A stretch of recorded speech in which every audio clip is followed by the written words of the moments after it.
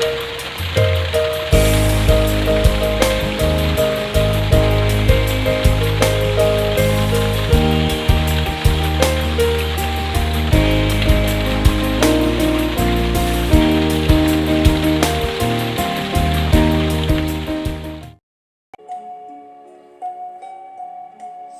pagi, salam dalam kasih keluarga kudus dari Biara Bethlehem Salatiga. Saya Romo Martin MSF hadir menyapa Anda semua dalam cinta Tuhan. Hari ini Senin 25 Mei 2020, pekan ke-7 Paskah. Saya mengajak kita sekalian untuk merenungkan Injil Yohanes bab 16 ayat 29 sampai dengan 33. Marilah kita siapkan hati kita untuk mendengarkan Tuhan.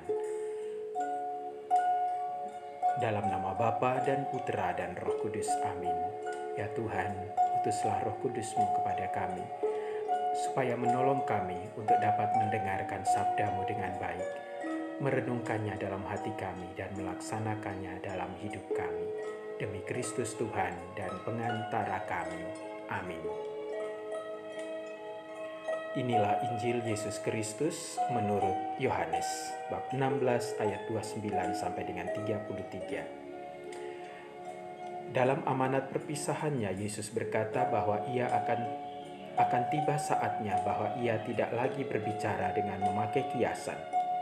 Maka para murid berkata kepada Yesus, "Lihat sekarang engkau berkata-kata terus terang dan engkau tidak memakai kiasan. Sekarang kami tahu bahwa engkau mengetahui segala sesuatu dan tidak perlu orang bertanya kepadamu. Karena itu kami percaya bahwa engkau datang dari Allah." Jawab Yesus kepada mereka, "Percayakah kamu sekarang? Lihat, saatnya datang, bahkan sudah datang, bahwa kamu dicerai-beraikan, masing-masing ke tempatnya sendiri, dan kamu meninggalkan aku seorang diri. Namun aku tidak seorang diri, sebab Bapa menyertai aku. Semuanya itu kukatakan kepadamu, supaya kamu beroleh damai sejahtera dalam aku. Dalam dunia kamu menderita penganiayaan, tetapi kuatkanlah hatimu. Aku telah mengalahkan dunia." Kuatkanlah imanmu. Tabahkanlah hatimu. Demikianlah pesan Yesus kepada murid-muridnya dan juga kepada kita sekalian. Saudara-saudari yang terkasih, ada banyak alasan mengapa selalu ada tantangan berat bagi gereja dalam pesiarahan hidupnya di dunia, khususnya di Indonesia ini. Gereja terus-menerus dihadapkan pada tantangan, bahkan gereja dihambat untuk bertumbuh. Ada banyak alasan gereja mengalami tantangan dan hambatan. Secara manusiawi kita berpikir bahwa orang lain mengejek iman gereja, menghina gereja, dan menolak gereja karena mereka iri, mereka takut dan membenci. Namun alasan itu membuat kita tidak tabah untuk menghadapinya. Alasan itu sangat manusiawi yang membuat kita tidak kuat untuk menghadapinya. Ada hal lain yang bukan manusiawi yang membuat kita kuat dan tabah menghadapi tantangan dan demi tantangan yang menimpa gereja dan kita secara pribadi. Oleh karena iman kepada Kristus. Penginjil Yohanes menuliskan semuanya dalam kitabnya. Dalam Yohanes bab 14 ayat 27, Yesus mengatakan, "Damai sejahtera ku tinggalkan bagimu. Damai sejahtera-Ku kuberikan kepadamu. Dan apa yang kuberikan tidak seperti yang diberikan oleh dunia kepadamu. Janganlah gelisah dan gentar hatimu." Yohanes masih meneguhkan kita dengan kata-kata Yesus di dalam Injil Yohanes bab 15 ayat 18-19. "Jikalau dunia membenci kamu, ingatlah bahwa ia telah lebih dahulu membenci aku daripada kamu. Sekiranya kamu dari dunia, tentunya dunia mengasihi kamu sebagai miliknya. Tetapi karena kamu bukan dari dunia, melainkan aku telah memilih kamu dari dunia, sebab itulah dunia membenci kamu." Dan lagi, Yohanes menulis dalam Injilnya mengenai perkataan Yesus yang meneguhkan kita, bab 16 ayat 1-3. Semuanya ini kukatakan kepadamu, supaya kamu jangan kecewa dan menolak aku. Kamu akan dikucilkan, bahkan akan datang saatnya bahwa setiap orang yang membunuh kamu akan menyangka bahwa ia berbuat bakti bagi Allah. Mereka akan berbuat demikian karena mereka tidak mengenal baik Bapa maupun aku.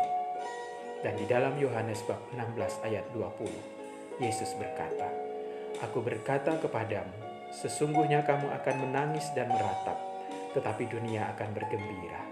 Kamu akan berduka cita, tetapi duka citamu akan berubah menjadi sukacita. Saudara-saudari, itulah alasan mengapa dunia mengejek, menghina, membenci, bahkan menolak kita. Sebab dunia sejak semula telah menolak Kristus yang kita imani sebagai Allah yang menjadi manusia. Dia putra Allah yang hidup. Karena itu Tuhan Yesus tegaskan sekali lagi pada para murid dan kepada kita sekalian dalam Injil Yohanes 16 ayat 31-33. Percayakah kamu sekarang? Lihat, saatnya datang, bahkan sudah datang, bahwa kamu dicerai-beraikan masing-masing ke tempatnya sendiri, dan kamu meninggalkan aku seorang diri. Namun aku tidak seorang diri, sebab Bapa menyertai aku. Semuanya itu kukatakan kepadamu, supaya kamu beroleh damai sejahtera dalam aku. Dalam dunia kamu menderita penganiayaan, tetapi kuatkanlah hatimu, aku telah mengalahkan dunia. Saudara-saudari, Roh penolong dan penghibur diberikan ke dalam hati kita, supaya kita kuat lagi tabah dalam penghayatan iman akan Kristus Sang Mesias, Putra Allah yang hidup. Apapun resikonya, Tuhan Yesus adalah andalan terbaik. Marilah berdoa.